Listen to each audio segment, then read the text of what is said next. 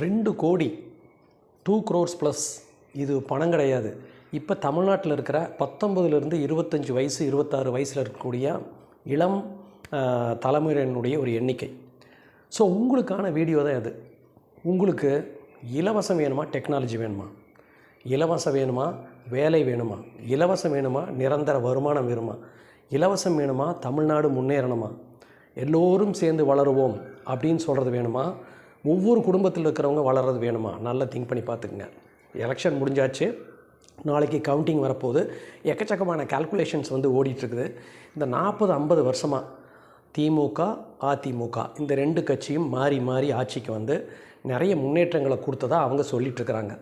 So இப்போ இருக்கிற இந்த 2 கோடி மக்கள், இந்த 2 கோடி மக்கள் தான் அடுத்த யூத்தினோட பேஸ் இல்லையா? நீங்கள் தான் அடுத்த யூத்தினோட பேஸ். உங்களுடைய பெற்றோர்கள் உங்களை வளர்த்தி விட்டுட்டாங்க, உங்களுடைய டீச்சர் உங்களை வளர்த்தி விட்டுட்டாங்க. ஸோ நீங்கள் என்ன விரும்புகிறீங்க அப்படிங்கிறது தான் இந்த எலெக்ஷனோட எக்ஸிட் போல் காமிக்குது அப்படிங்கிறது நிறைய அரசியல் வல்லுநர்கள் சொல்கிறாங்க. ஸோ இந்த 2 crores யூத் ஃபெடரேஷன் அப்படின்னு கூட சொல்லலாம். ஸோ உங்களுக்கு என்ன வேணும்? நான் கேட்ட கேள்வி, டெக்னாலஜியாக, இலவசமாக? எல்லாத்தையுமே இலவசமாக கொடுத்து உங்களை சோம்பேறி ஆக்கிறத நீங்கள் விரும்புகிறீங்களா? இல்லை புது புது விஷயங்களை கற்றுக்கிறதுக்கு, உங்களுக்கு படி ஏறுறதுக்கு உங்களுக்கு அந்த டெக்னாலஜியை கொடுக்க போகிறாங்களா? புதிய கம்பெனிகள் ஆரம்பிக்க போகிறாங்களா? ஸோ விவசாயத்துறையில் முன்னேறணும்னா புதிய அணைகள் வேணும், புதிய தடுப்பணைகள் வேணும். அதே மாதிரி ஒரு இடத்துலேருந்து இன்னொரு இடத்துக்கு ஒரு பொருளை கொண்டு போகிறதுக்கு நல்ல ரோடு வசதிகள் வேணும், புதிய விமான நிலையங்கள் வேணும், நல்லா பராமரிக்கக்கூடிய பஸ் நிலையங்கள் வேணும் இல்லையா? இது எல்லாமே வேணும். அதுபோக உங்களுடைய வாழ்க்கை தரம் உயரணும் இல்லையா?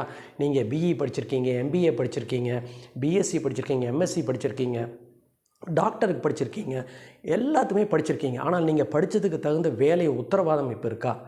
ஸோ ஒரு ஆட்சியில் பார்த்திங்கன்னா ஓய்வூதிய திட்டமே இல்லை அப்படின்னு சொல்லி போட்டு ஒரு முதலமைச்சர் அறிவிச்சிட்டாரு. ஸோ இப்போ இருக்கக்கூடிய ஆசிரியர்கள் பெரும் போராட்டம் நடத்துகிறாங்க. பேங்க் ஜாப் இருக்குது. இது மாதிரி நிறைய விஷயங்கள். உங்களுக்கு என்ன தேவை அப்படிங்கிறது பாருங்கள். எனக்கு தெரிஞ்சு என்னோட இந்த ஏஜில் டெக்னாலஜி தான் வேணும் அப்படின்னு நினைக்கிறேன். பெரிய அணைகள் வேணும் அப்படின்னு நினைக்கிறேன். மின் திட்டங்கள் வேணும்னு நினைக்கிறேன். சாலைகள் வேணும் அப்படின்னு நினைக்கிறேன்.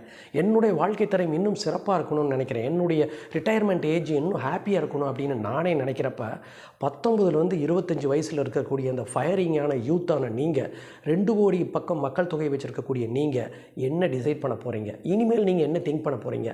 பழைய பஞ்சாங்கத்தை பாடிட்டு இருக்க போகிறீங்களா? இல்லை எங்களுக்கு இனிமேல் வைப்ரண்ட்டாக ஒரு லீடர் வேணும், ஒரு புதிய மாற்றம் வேணும், எங்களுடைய வாழ்க்கையில் மாற்றம் வேணும் அப்படின்னு நினைக்க போகிறீங்களா? மே 4க்கு அப்புறம் நீங்கள் என்ன நினைக்கிறீங்களோ அதுதான் அடுத்த 5 வருஷம் ஆட்சியை மாறப்போகுது அப்படிங்கிறது நினச்சிக்கோங்க. மறுபடியும் ஒரு சிறப்பான அப்டேட்டில் உங்களை சந்திக்கும் வரை பை பாய்.